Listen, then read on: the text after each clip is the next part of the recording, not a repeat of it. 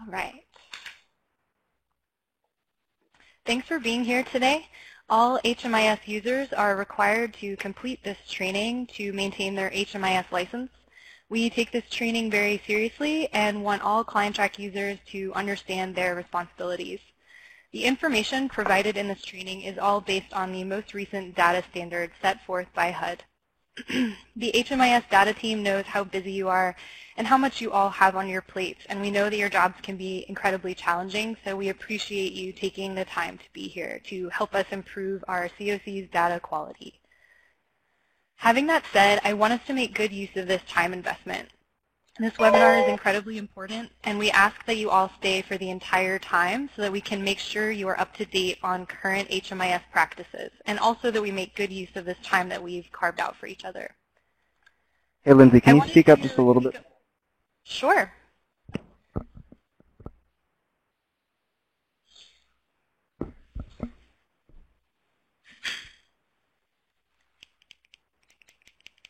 Stand by, everyone. Thanks for your patience.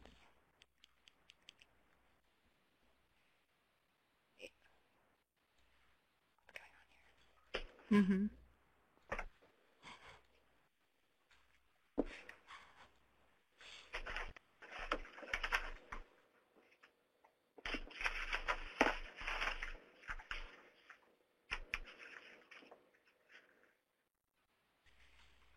Great. All right, thanks for your patience. So as I was saying, I wanted to take a moment to introduce today's presenters. Victoria Lopez, THN's System Performance Coordinator, Antonio Cofoy, THN's Data Specialist, and myself, Lindsay LaGrange, THN's Training Coordinator. We will all be presenting today's webinar. We are all members of the THN data team. Throughout this training, we will offer situations in which you should contact the THN data team. As many of you already know, we can be reached at hmis@thn.org. If you have any questions or comments about this training, please feel free to reach out to us. So we are here today to discuss ways to improve our data entry practices in HMIS. There are a number of common data errors that the data team finds on a regular basis. Today we're going to cover what the most common data mistakes are, how to fix them if possible, as well as how to avoid these mistakes moving forward. First up, Victoria is going to dive into the system performance measures. Antonio is then going to talk to us about the UDQ process. And next we will find some, we will talk about some common data issues relating to client duplication, assessments, and exit enrollments. And we will end up the webinar by covering HMIS help ticket etiquette. And we will definitely make time for some questions at the very end if you have any. All right, let's get started. I'm now going to hand things over to Victoria. Hi everyone, let's go ahead and take a few minutes to talk about system performance measures. So, system performance measures, also known as SPMs, I'm going to be referring to them as SPMs from here on out. So HUD has developed the following 7 system-level performance measures to help communities gauge their progress in preventing and ending homelessness. Number 1, length of time persons remain homeless. 2, the extent to which persons who exit homelessness to permanent housing destinations return to homelessness. 3, number of homeless persons. 4, jobs and income growth for homeless persons in COC program-funded projects. 5, number of persons who become homeless for the first time. 6, homelessness prevention and housing placement of persons defined by Category 3 of HUD's homeless definition in COC program-funded projects. That's a mouthful. I can't believe I said that without taking a breath. 7, successful housing placement. So the purpose of these measures is to provide a more complete picture of how well a community is preventing and ending homelessness. Measure 3, the number of homeless persons measure, directly assesses the COC's progress toward eliminating homelessness by counting the number of people experiencing homelessness both at a point in time and over the course of a year. The 6 other measures help communities understand how well they are reducing the number of people who become homeless and helping people become quickly and stably housed. The performance measures are interrelated, and when they're analyzed together, they provide a more complete picture of system performance. For example, Measure 1, the length of time homeless, encourages communities to quickly rehouse people, while measures on returns to homelessness, number 2, and successful housing placements, number 7, encourage communities to ensure that those placements are also stable, right? So it's not just about getting people housed as quickly as possible. It's also about making sure that those placements are as stable as possible and that those people are not going to come back into the system. It looks like we are having some issues with audio. Let me see. What about now? Okay, I think it's working on our end, so I'm going to go ahead and continue. For COCs to accurately assess their progress using these measures, they must ensure that their data are as complete and accurate as possible, from data entry to report generation.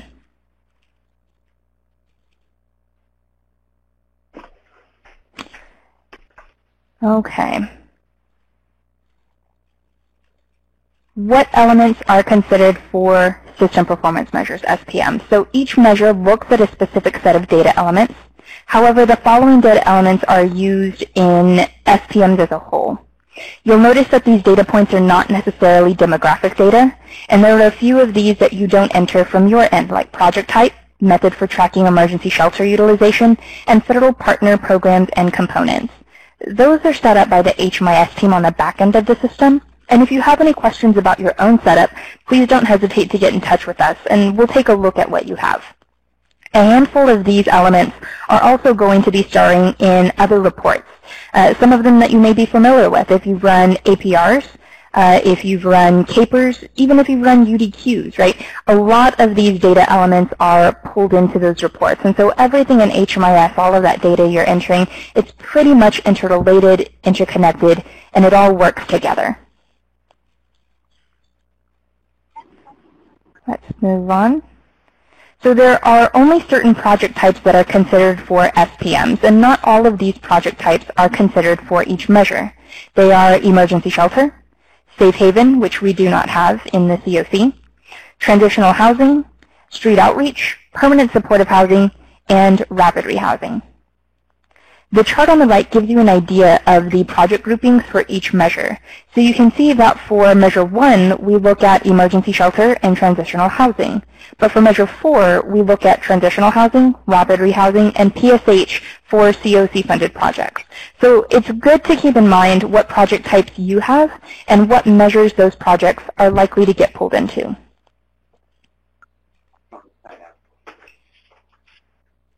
So when are SPMs run? HUD has established the reporting period for system performance measures to be consistent with the federal fiscal year, which is October 1st through September 30th, with the exception of pit count data collected according to HUD specifications during that fiscal year. The reporting period establishes the universe of clients for which the measures are calculated, but there's often a look-back period that extends beyond that reporting period depending on the measure. In some instances, we're talking about a look-back period of 6 months or even 2 years. So even data that you have put into the system in the past, 6 months, 12 months, 24 months ago, that data can still be relevant. Texas Balance of State will run the report early in the summer and submit to HUD late May or early June. Sometimes they switch the dates up on us. So how does this all tie back to HMIS? Well, you've probably heard us say this a billion times by now, but the data that you put into the system matters, and it directly affects the reports that we pull and send to HUD, which in turn affects how we are scored as a COC as a whole, which then affects you, our agencies, which then affects the clients that we serve. So now Antonio is going to walk you through UDQs to show how data quality all ties in together with system performance measures. All right. Thank you for that, Victoria.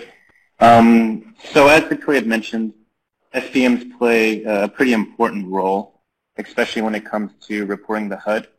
HUD uses the SPM to determine the amount of money that is provided to each COC. So the amount of funding, a big role in that is the SPM. So when it comes to SPMs, this is serious business for us. We want to make sure that the report that we end up sending to HUD is as accurate as possible. And that's where the data quality report comes into play. We're going to run these UDQ reports periodically in order to check on the state of our data quality.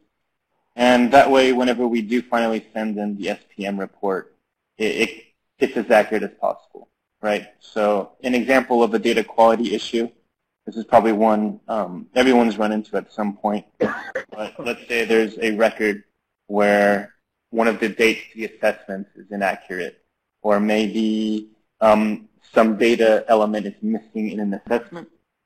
In that case, that record would actually be flagged as a negative performer in an SPM, right? And that's just because of an incorrect assessment date or a missing data element. So what we really want to do is we want to avoid any negative outcomes because of data quality. So in this case, with that record that I was talking about, or this figurative record, we can actually correct the outcome that it's producing in the SPM by just fixing it. All right. I've broken down the UDQ process into 3 steps, and this is just, I think, the easiest way of kind of conceptualizing UDQs, where the first step is to monitor data quality, second step is to identify, and then the third one's to correct. So what do I mean when I say monitor? What I mean is we want to monitor our data quality with the UDQ report. Most of our HMIS admins are, let's see. Okay. So most of our data quality, or most of our HMIS admins are probably used to running the UDQ report. And you've seen this before. It has Q1 through Q6. Each one of these sections is talking about a group of data elements and data errors within those groups. So by running the UDQ report, we're taking care of step 1, which is to monitor data quality. Step 2 is identify data errors with the UDQ report. So you can run the report. You can see where the errors are happening, but we kind of need to take 2 more steps after that. The second step is to actually identify the specific areas where we need to correct data. So in this example, I have Q2, Q3, and Q4. The reason these 3 sections are up here is because these are the 3 that usually have data errors that we can actually correct. So, hello? Okay. Hello? So these are people calling in. These are people calling in. Where's me, right? All right. So this brings me into the last section. We can monitor, identify, and then lastly we want to correct. Right. So we've identified the areas where make sure you get good notes. there might be errors. If you're calling in right now, make sure you get good notes. Hey, if you're calling in right now, could you please mute your mic? New York. All right. Well, anyway. So once you've identified the section in the UDQ report that actually has errors, like in this case, we're saying that the Q3 section has errors. In that case, you would run the UDQ export. You'd take a look at the client ID. You'd open up the record in HMIS and then just fix the data error. So the process itself is not extremely complicated, and there really is just these 3 steps to it. I will be making some changes coming up this next quarter where I know a lot of agencies were actually running the UDQ reports themselves and then submitting them to us For this next round, I'll actually be running the UDQ reports for all the organizations and emailing them out. So this monitoring step is going to look a little different than it has in the past. It's pretty much going to be check your email, make sure you're looking at the UDQ report that we send out, and then make sure you're taking these extra steps, which are the identify data errors step and the correcting data errors step. And that should get us good to go for SPMs. All right. So let's go ahead and move on to the next section. I think Victoria is going to take it away with, Lindsay is going to take it away with why data quality is so important. Cool. Thank you, Antonio. As Antonio said, if anyone is not muted right now, please mute yourselves. We were having some cross-chat during the last segment. Thanks so much. So let's take a minute to talk about why data quality matters. If you're here, I'm assuming it's because you want to work to end homelessness in our community. These common data errors are potentially creating more barriers for our clients as well as diminishing your hard work. We want your hard work to be seen and recognized by HUD, and we also want to create a system where all of our clients can navigate seamlessly through to housing. These errors are best seen when running reports that we submit to HUD. Our rankings or success on these reports do affect our COC's funding, which in turn affects the services that are available to the clients that we serve. So it's in our best interest as well as our clients' best interest that we work really hard to keep our data quality high. Also, if we can use our data to help HUD paint an accurate picture of the problem and identify any patterns of use, then we can better understand how to fully create a working solution. So let's talk about timeliness.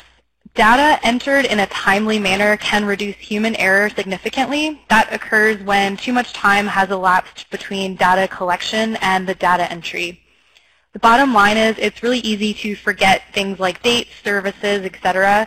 So the sooner the data is entered into HMIS, the better the chances that the data will be correct. Timely data entry also ensures that the data is accessible when it's needed, whether that's for monitoring purposes, meeting funder requirements, or responding to requests for information. Ideally, we would complete all data entry at the time of service, which helps cut down on paper use and also human error. However, there are occasional circumstances that prevent us from doing direct data entry. If you must do delayed data entry, it is incredibly important that all HMIS workflow questions are represented on your paper intake form. In order to comply with reasonable quality standards, THN has established this policy regarding client record data entry. So emergency shelter, homelessness prevention, and rapid rehousing projects must enter all information within 1 business day. Transitional housing, permanent supportive housing, outreach, and supportive services only must enter all information within 3 business days. If we wait longer than this to enter data, we're running the risk of the client being gone, so we can't potentially ask any follow-up questions. Let's now take a look at some of the most common data errors that we see in HMIS. So first up is duplicated clients. Let's talk about how to avoid these. So what are duplicated clients? I'm sure many of you know this, but duplicated clients are 2 client records in HMIS who represent the same client. The main reason these are accidentally created in HMIS is when someone does an intake for a client and doesn't realize the client is already in HMIS, so they create a new client record for the client. We recently found over 1,200 duplicated clients in our HMIS, and we are currently working to merge them. So how do duplicate clients affect HMIS? They make our client universe appear to be much larger than it actually is, which affects our numbers in all of the SPM metrics that Victoria mentioned earlier. This potentially affects the amount of services that are available for our clients. For example, when System Performance Measure 5 looks at the amount of first-time homeless in our system, it potentially is making it look like we served 1,200 more clients than we actually did. This number counts against us in terms of productivity on the SPMs. So if you look at SPMs as a type of report card for our COC, Duplicate clients are bringing us down a letter grade. If we can avoid creating duplicate clients, we can avoid muddying our success. And not to mention, duplicate clients affect our clients' ability to access services. So this is potentially creating another barrier for our clients. So what can we do to avoid them? We really need your help with this. The data team is constantly merging duplicate clients, but we would love to stop them from being created altogether. You can help us with this by really searching for every client at intake. I'm going to walk through some examples to help you better understand this issue. So let's create some good searching habits. Always start the intake process by searching for the client. Even if you're sure they aren't in HMIS, never go straight to the client intake icon without searching first under Find Client. When you search broadly, so never search using the entire name. There are a lot of misspelled names in HMIS, and you should go into each search assuming that some of the data could be wrong. Also, you can ask the client if they've ever had a name change. Excuse me. We see many duplicate clients that have a different last name due to marriage or divorce. We can always change their last name in HMIS, and we should not create an entirely new client record simply because their name changed. When searching, always search more than once using different fields. So if you search once and the client doesn't come up, you should search again using 2 different fields. Let's go a little deeper into why this is so important. So one of the main reasons we see a lot of duplicate clients is misspelled names. We see hundreds of duplicate client records in the system that were created twice because someone simply misspelled the client's name the first time around. So when the second assessor searched for the client's name, nothing came up. I'm going to use a fake client as an example. So let's say Maria Calhoun presents at your agency, and the assessor who first enters Maria into HMIS is having a crazy busy day and misspells her name. So Marie Calhoun is entered into HMIS. A few months later, Maria presents at a second agency, and this assessor makes sure to get the correct spelling of the client's name. I'm going to pause here for a second and just remind everyone to please mute yourself. We're hearing some crosstalk here, so please mute yourself. Thank you. Okay, great. So as I was saying, Marie presents at a second agency, and this assessor makes sure to get the correct spelling of her name. So, excuse me. So then the second assessor broadly searches in HMIS for the client's name using the first few letters of her first name and last name, as they're supposed to. However, nothing comes up because the first record was misspelled. So the second assessor assumes the client is not in the system and creates a second client ID for this client. So now we have a duplicate. So how could the second assessor have found this misspelled client and avoided making a duplicate record?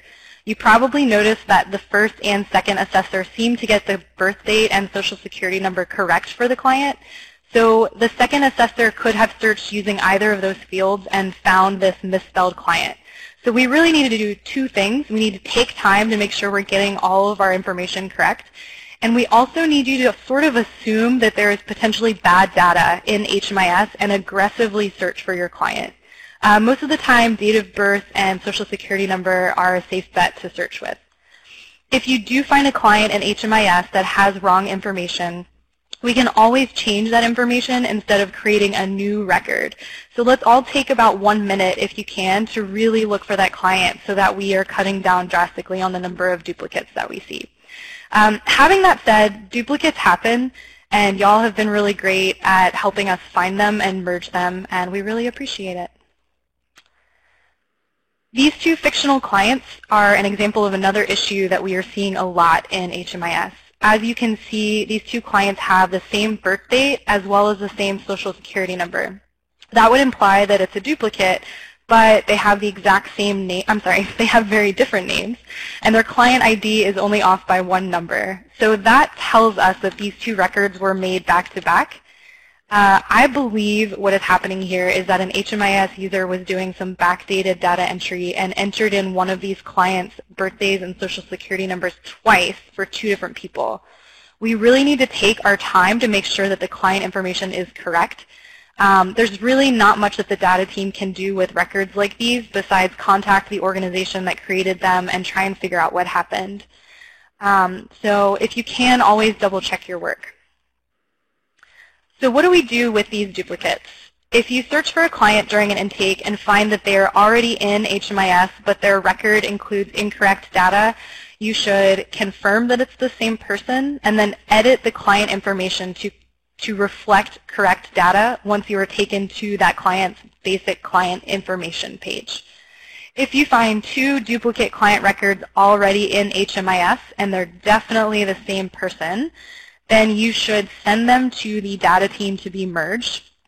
I do want to make a note that you should include both client IDs when you send us the IDs, because when we merge clients, all enrollments, services, case notes, and assessments transfer from one ID to the other, and the first ID is actually discarded. So if there is a client ID that you prefer to keep, let us know which one when you send us that information. Otherwise, we'll usually keep the older client ID and the newer one will be discarded.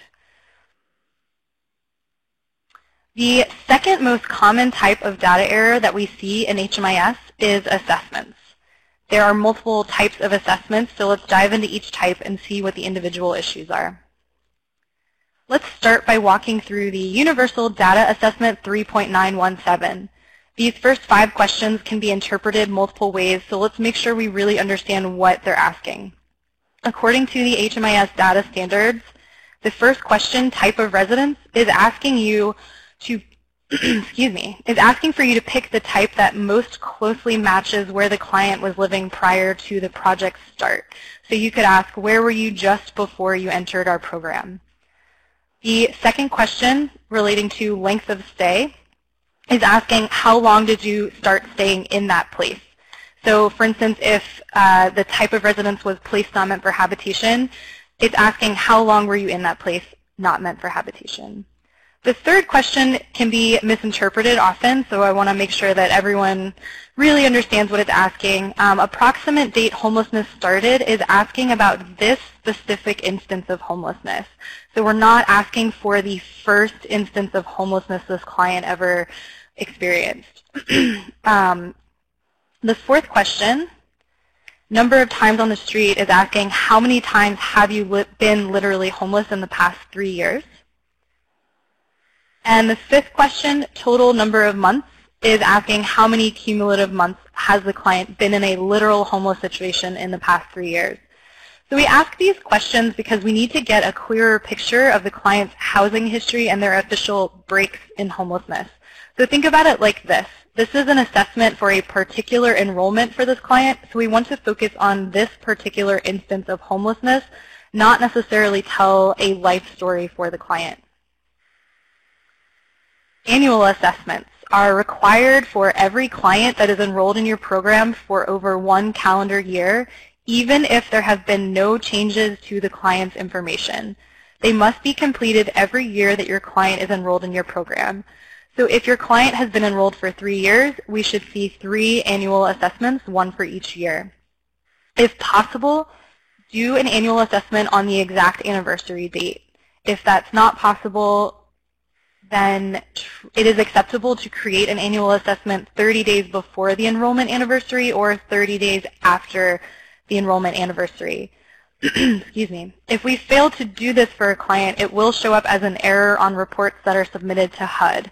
So to avoid creating issues on reports, we really need to make sure we are doing this for all clients every year. Annual assessments are based solely on the head of household's anniversary date.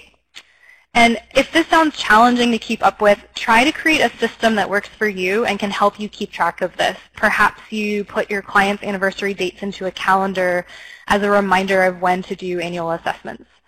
And I have a little example over here with client A, who is enrolled in your program on June 1st, 2018. Ideally, you would do the annual assessment for client A on June 1st, 2019. But if you're incredibly busy, as I'm sure you are, the ideal period that you could do that would be between May 1st and June 30th of 2019. Okay. So what if your client has an update in information, but it's not even close to the enrollment anniversary date? This would be an appropriate time to do a during program enrollment type assessment. You don't want to create one of these in place of an annual assessment. This is completely separate from the annual assessment. We still need to see the annual assessment for every year that the client is enrolled in your program. I also want to note that assessments should be dated within the enrollment period, so we don't want to see any assessments that fall outside of the enrollment date. Let's talk about the income assessment. So when a client has income but does not know the exact amount, a yes response should be recorded for the overall income question and the specific source, and the income amount should be estimated. All income amounts should reflect what is true on the date of the assessment. And if there are no changes to your client's income, you should really utilize the default last assessment button to ensure consistency. This must be filled out on all assessments. The data team sees a lot of errors on reports that relate to inconsistencies with clients' income. And this stems from this portion of the assessment being skipped. For example, a client will have income at the enrollment's intake and exit, but then they don't have income on any during program enrollment type assessments. It is possible that they had income at the time of enrollment, lost that income, and then regained that income at exit, but more likely the income portion of the during program enrollment type assessment was skipped. Again, we should utilize that default last assessment button if there have been no changes made to your client's income. Okay. So now I'm going to pass things over to Victoria, who is going to do a little HMIS demo for assessments. Yes. Let me get things set up here really quick. I'm going to stop my sharing and share my screen. And you guys should be able to see, let me know if you can't, someone very familiar to us, Luke Skywalker. We're going to walk through how to create an annual assessment for this guy. And I also want to point out that to create a during program enrollment type assessment, which Lindsay just covered, it's the exact same steps. So we're going to look at this emergency shelter enrollment. We can see that the project start date was 6/21/2018. Well, it's already 6/24/2019, so it's a little bit past his anniversary date. He doesn't have his annual assessment. We're going to go ahead and create that now. So we're on his client dashboard. We'll click on the blue action button next to his enrollment, and then fourth down from the top, you should see a menu option that says Update/Annual Assessment. When you click on that, it's going to take you through the workflow to create a new assessment. So the first page is just going to be the HUD program enrollment page. You really won't have much to change here. It's really just to make sure that all of this information is correct and up to date. I don't need to change the start date. I don't need to change the relationship to head of household. So I'm just going to save and move on. All right, next is kind of where we get that choose your own adventure vibe going. So we have during program enrollment and annual. So as Lindsay said, the during program enrollment is really for those instances where something happens with the clients. Maybe they increase their income or decrease their income, or maybe they I forgot the word, it just slipped my mind. Maybe they get a different kind of barrier than what they came in with in the enrollment. But if it doesn't fall on that yearly anniversary date, there's no reason to create an annual. You would just put that in a during program enrollment type assessment. Now for our client, it really is on that anniversary. So I'm going to go ahead and click on annual. And we are taken to the universal data assessment. It's very short. It's just asking about the client's health insurance. Do they have health insurance? Yes or no. Now I do want to point out the assessment date. So Lindsay mentioned that 60-day window. You have 30 days before or 30 days after the client's anniversary date. But look what happens if I try and set it way before that anniversary date. I get to the I get this error message that says the assessment date is outside of the 60-day window of the annual assessment. Luke Lucas Skywalker's anniversary date is 6/21, right? So ClientTrack does its best to try and make sure that you are doing the right thing in terms of dates. I'm going to go ahead and make the annual assessment date 6/21/2019. And that error message goes away. It's going to ask about barriers and special needs. Has there been any change to the client's barriers, yes or no? I'm going to leave all of these the same, save and close.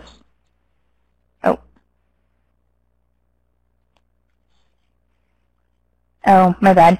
So I did not do my due diligence here. So disabling condition is set as yes. I'm going to set this chronic health condition as yes, and condition is indefinite as no. Sorry about that, guys. All right, income is last. I'm going to say that my client does not have any income at their annual assessment. Save and close. And we're done. So it should be a fairly straightforward process, should not take that long. And the during program enrollment type assessment, it's the exact same steps. Click on the blue action button, click on update/annual assessment. Are there any questions about that process? Let's look at Troy's question here really quick.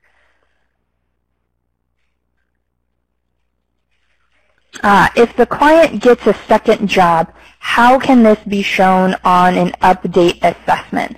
I guess it depends on how you want to view it. Let's go through one really quick. So we can do no changes. We're going to do an update assessment. New assessment during program enrollment. This will be a no. So we do have some options when it comes to income. We have earned income. You can maybe put in the description that, I'm not sure, maybe 100 was for first job and 200 was for second job, and then for the monthly amount you can put the whole thing, 300. So I think the description is probably the only way that you'd be able to break it down. You could try doing 2 update program enrollment assessments or during program enrollment assessments, but I don't think that's kind of the way you want to go, because it would get messy with the number of assessments that you have, and then you'd have to keep track of, which one was for the first job and which one was for the second. I think doing it in the description box is probably going to be your best bet. Second would be doing it in a case note. Does that answer your question, Troy?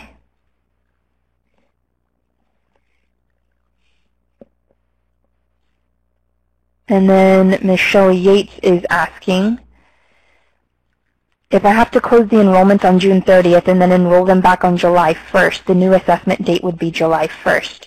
It's the way we do our books, so would the annual assessment work for July 1st then?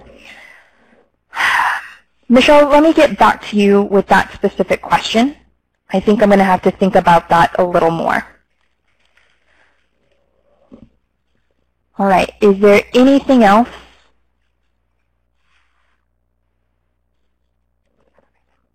All right, so the last thing I want to show for this particular demo is how to exit the client. And I know that that's going to be like really basic and foundational for you guys. But the reason why I wanted to go through the exit enrollment is because here in a little bit, Lindsay is going to cover exit destinations and how important they are to our data quality. One of the things that she is going to touch on pretty heavily is this other type of destination, which we have seen a lot in our data cleanup, and it's not something that we want to see, really, and Lindsay's going to explain why that is.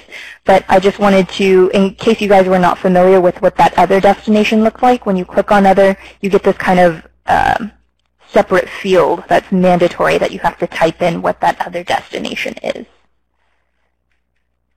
That's it for me in this particular demo. I'm going to hand it back to Lindsay here. I'm going to stop sharing, and I'm going to move back to the PowerPoint.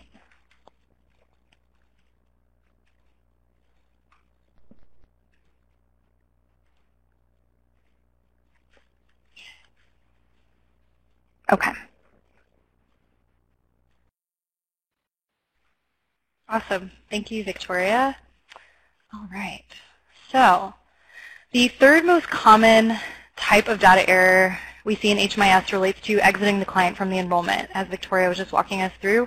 Let's dive a little bit more into that destination field that we were just talking about. So the first question of the exit workflow is destination. There are 32 different options on that drop-down list that we were just looking at. It's important that you really take time to find the one that best fits the destination of the client. And I also want to note that this client destination field is about where they are staying, not necessarily about why they're staying there. So let's quickly go over some common exit destinations and when they are appropriate to select. The destination will depend on the specifics of the situation, but it's important to select a destination response that reflects the true nature of the situation.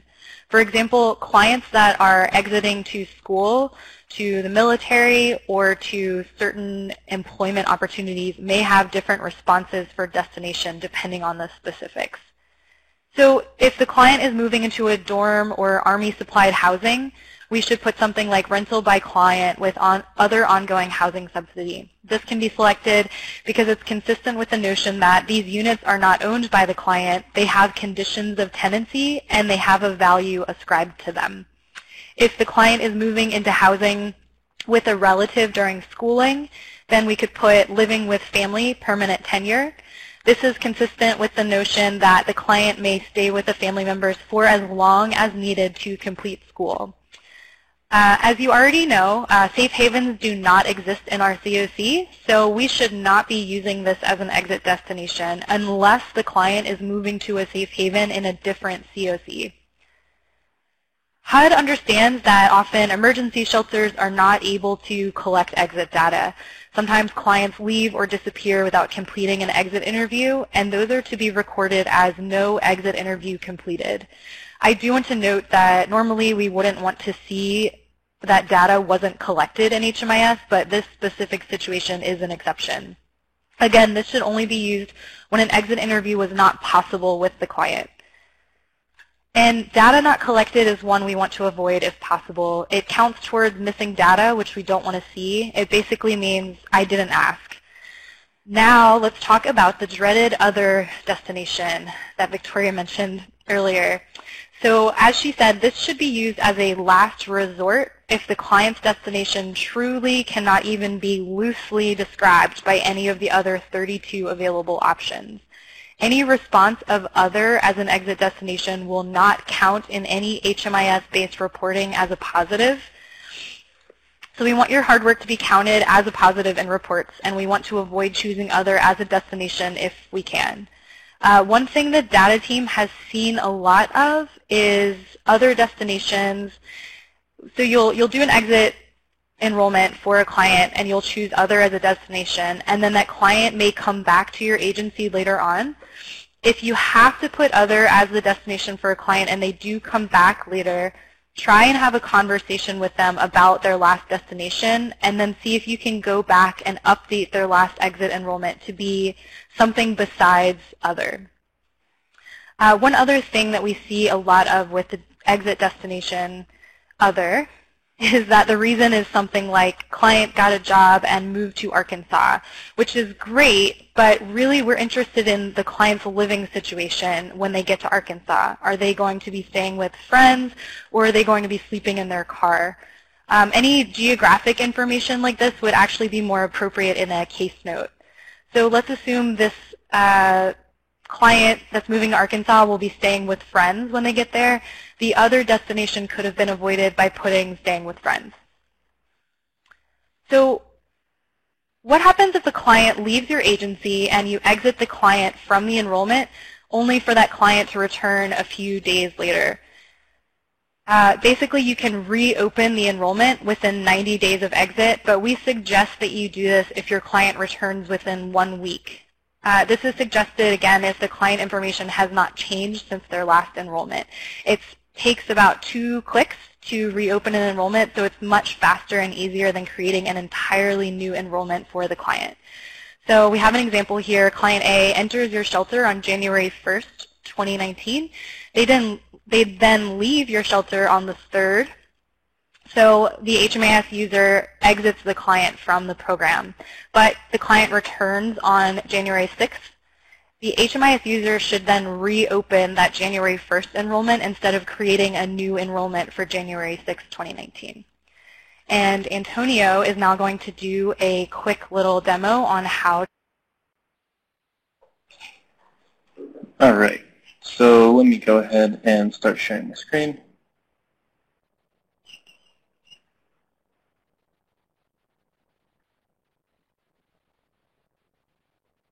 All right, so here we've got the test client that we were working with earlier, Luke Skywalker, and here just I'm going to use this enrollment right here, the emergency shelter enrollment. You see that this client was exited 6/24, but let's say that this is, oh, actually that's today. All right, let's say we're in the future, a day or two, and we want to re-enter this enrollment. We would come over here and click this blue action button. And it's the second option, and it's just re-enter the enrollment.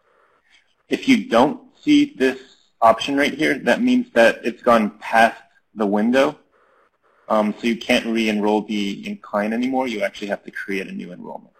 So if you don't see this option here, that's because the window has passed for re-enrolling. But anyway, so we'll click on this button, and it's going to bring us through a workflow again. So click on that button, re-entered. Now you'll see that the exit date has now gone away, and it's as if the enrollment was brought back to being active. If there's any sort of data element that changed whenever this client is getting re-enrolled, you might want to do one of these update assessments like Victoria was going over earlier. So that's a during program enrollment. So that might be useful there, just to get an idea as to maybe where the client left to and why he's coming back so quickly. So that's it for how to re-enroll a client. I'll go back to the actual PowerPoint. All right.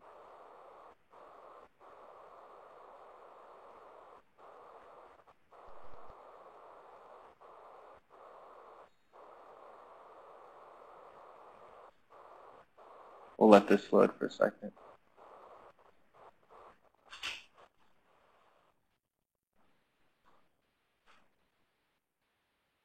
To do this. Awesome. Thank you, Antonio. All right. So the last thing we want to cover today is how and when to submit tickets in HMIS. If you have any HMIS-related issues or questions, including merging clients, deleting enrollments, etc., you are welcome to send us an email at hmis@thn.org. Oops. Sorry.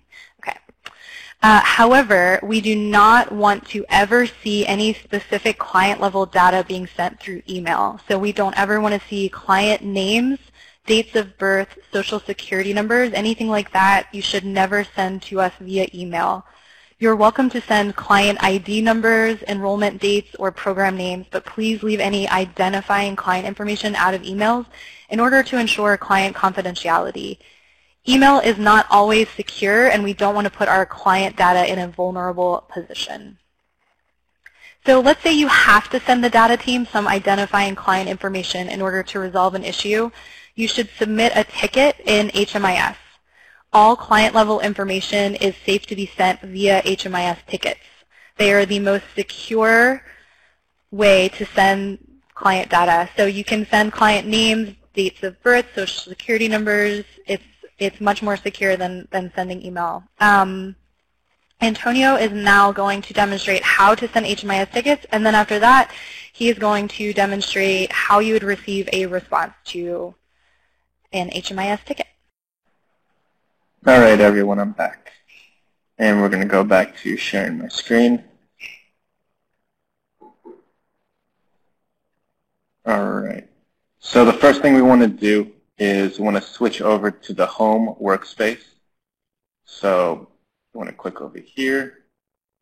And then if we're in the My Client Track section right here, the last option on the dashboard, you'll see that the last option in this list is My Submitted Issues. So in here are some issues that I've submitted previously to Client Track. And this is where you would see all of your tickets that you submit to us. You can click in here. Whenever you receive an email that says that, oh, hey, you have a response on one of your tickets, go in and read it. This is what they're referring to. They want you to come in here, click on My Submitted Issues, and read the response that we entered in here. And you can actually go ahead and write a new note as well. So if you actually need to respond to this, go ahead and type in here, hi, Antonio, and all that stuff. One thing that's really neat about sending the ticket in here, like Lindsay had mentioned, was that you can put in all the client information. You can embed photos, which is really neat. So if you want to take a screen capture and then embed it in here, that works as well. So this is pretty much where you take care of the tickets and you get in communication with us. And we can jump back now to the webinar.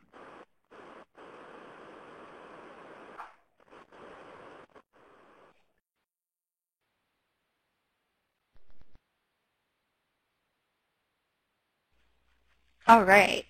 Great. Thanks, Antonio. So one thing I do want to reiterate when you submit an HMIS ticket is make sure, oh, our PowerPoint disappeared. Give me just 1 second.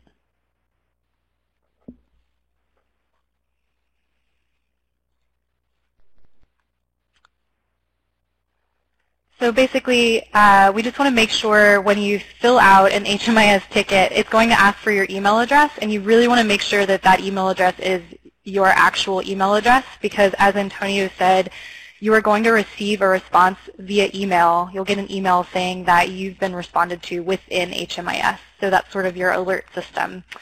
And then, yeah, as he showed us, you'll get your email from Client Track saying you've got a response, and then you'll go into HMIS to actually view the message. So that's all that we have for everyone. We have a few minutes now to answer any questions that you might have. Thank you again for taking the time to be here. And if we don't have time to answer your question right now, you're welcome to email us at hmis@th.org. Thanks.